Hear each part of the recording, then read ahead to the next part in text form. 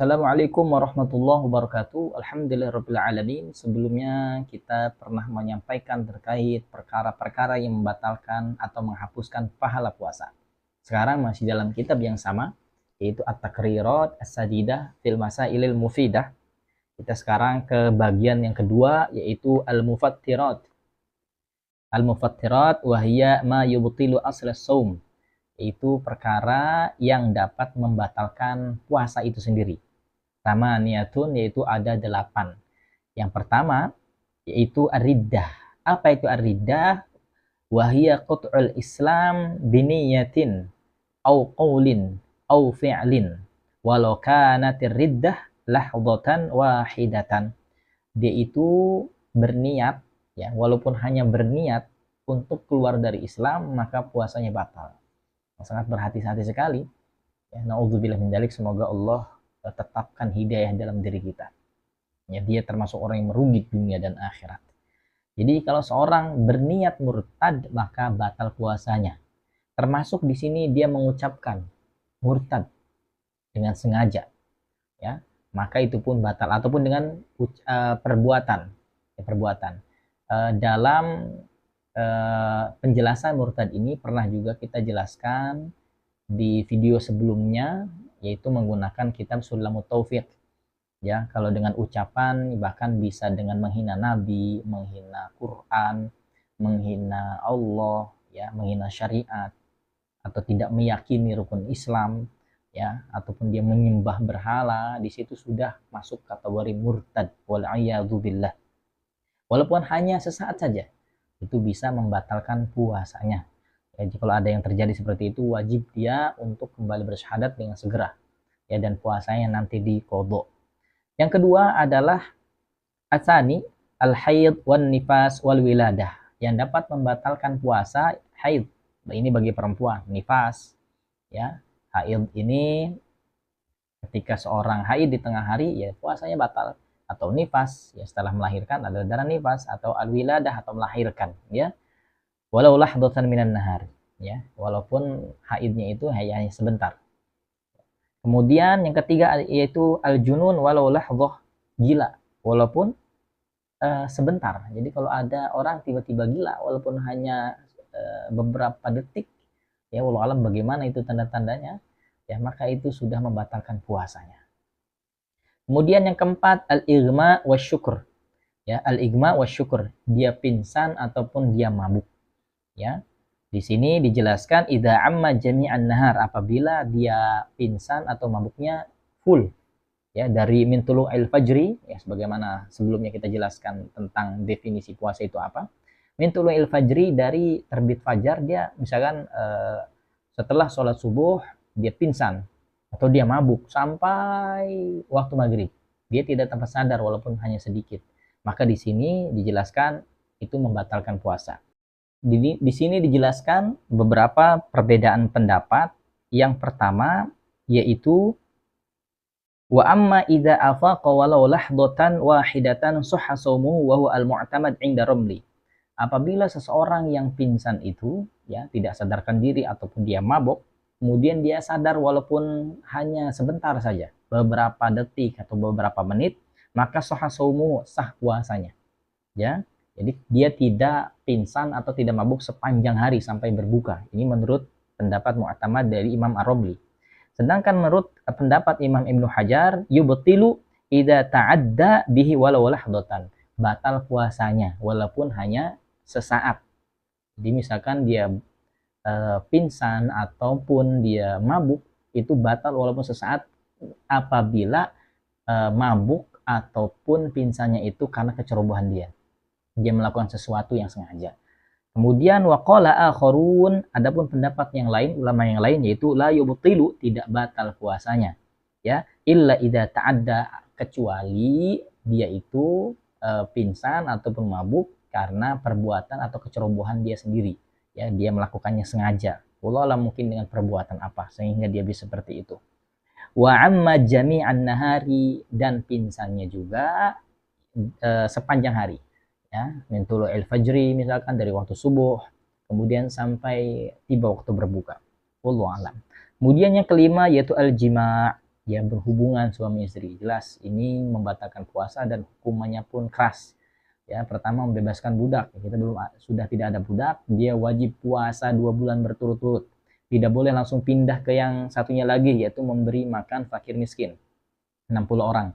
Dia wajib berpuasa terlebih dahulu, ya, selama 2 bulan berturut-turut. Ya, dan puasanya ketika dia puasa 1 bulan, kemudian dia tidak kuat sehingga batal, maka diulang lagi dari awal. Dia harus mencoba dulu, tidak boleh langsung pindah ke inisiatif yang selanjutnya. Ya, dia harus melakukan itu. Barulah ketika dia tidak mampu, dia boleh melaksanakan hukuman yang selanjutnya, yaitu memberi makan fakir miskin sebanyak 1 mud. Ukurannya 6,7 atau 7-an atau 1 liter, ya lebih aman.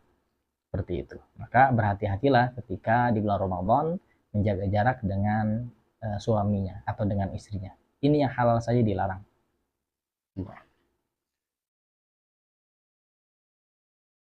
Kemudian yang selanjutnya adalah yang keenam, usulu ainin min manfadin maftuhin ilal jauf, yaitu masuknya sesuatu ke rongga, ya, ke rongga.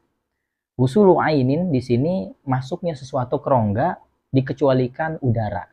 Kalau udara masuk mulut, ya, itu tidak membatalkan puasa. Ataupun ada aroma makanan yang dihirup, itu tidak membatalkan puasa. Seperti itu. Kemudian yang dimasuk dengan manfadin maftuhin atau rongga yang terbuka, di sini dikecualikan juga idza wasalatil ain ilal jawfi min manfadin ghairi maftuhin kadduhni wa nahwihi, ya, bitasharrubil masami. Di sini juga dikecualikan seperti kita memakai minyak, ya, sehingga masuk ke pori-pori. Itu pun tidak membatalkan puasa. Di sini dijelaskan juga yang dimaksud rongga, ya, ilal jawfi masuk ke rongga, wa huwa ma yuhilu al-gida wad dawa, yaitu yang dapat diproses makanan ataupun obat, ya. Kal maidah, seperti maidah, lambung, ya. Jadi masuk sampai ke lambung. Au ma yuhilu ad-dawa faqat, ataupun juga yang bisa memproses obat seperti otak di sini. Faqat kadimag. Kemudian di sini juga disebutkan masail fi wusulil ain ilal jauf, masalah-masalah terkait masuknya sesuatu ke rongga, seperti hukum suntik, menyuntik. Apakah boleh di sini tajuzu lid-darurati, boleh menyuntik karena darurat. Walakin ikhtalafu fi ibtaliha, akan tetapi berbeda pendapat terkait batalnya puasa itu. Di sini dirinci menjadi salah satu aqwalin. Pertama, innaha tubtilu mutlaqan. Pertama, batal secara mutlak. Kedua, innaha la tubtilu mutlaqan, tidak batal. Dan yang ketiga, ya, di sini tafsil, dirinci, dan ini katanya al-asah, yang lebih sahih, yang lebih bisa dipegang. Idza kanat mughaddiyatan fadubtilu as-shaum, apabila ketika disuntik, ya, itu bisa membuat seseorang itu kenyang atau menambah tenaganya. Seperti itu. Wa idza kanat ghair mughaddiyatin fanandur, kalau misalkan ketika disuntik tidak membuat dia menambah tenaga ataupun tidak membuat kenyang, maka dilihat lagi. Yang pertama, idza kana fil uruki al-mujawwafati wa hiya al-awridati fatubtilu. Apabila disuntiknya itu melalui urat-urat, maka itu membatalkan puasa. Wa idza kana fil adli wa hiya al-uruku ghairu al-mujawwafati fala tubtilu. Dan apabila disuntiknya itu melalui otot, maka tidak membatalkan puasa. Kemudian yang selanjutnya yaitu yang ketujuh, al-istimna, yaitu talabu khurujil mani. Istimna itu yaitu memainkan kemaluannya, ataupun bahasa sekarangnya onani, maka itu membatalkan puasa, ya. Baik dengan tangannya sendiri atau tangan istrinya, itu tetap membatalkan puasa. Kecuali dia keluar mani karena mimpi, ya. Itu tidak membatalkan puasa. Ataupun malamnya, ya, dia mimpi, ataupun suami istri yang berhubungan suami istri kemudian ketiduran sehingga lewat subuh dia masih dalam keadaan junub, itu pun tidak membatalkan puasa, tinggal mandi saja. Seperti itu. Kemudian yang selanjutnya yang ke-8, al-istiqa'u. Apa itu al-istiqa'u? Talabu wa ta'ammudu khurujil qai' fayubtilu walau kana qalilan. Yaitu dia muntah secara sengaja, walaupun keluarnya hanya sedikit. Kalau dia melakukannya sengaja agar muntah, maka itu membatalkan puasa. Kecuali dia muntah tanpa sengaja, ya, maka itu tidak membatalkan puasa. Wallahu alam, itulah perkara-perkara yang dapat membatalkan puasa itu. Semoga kita bisa menjaganya dengan baik, menghindarkan dari segala perkara yang membatalkan puasanya ataupun yang membatalkan atau menghapuskan pahala puasanya. Wallahu a'lam.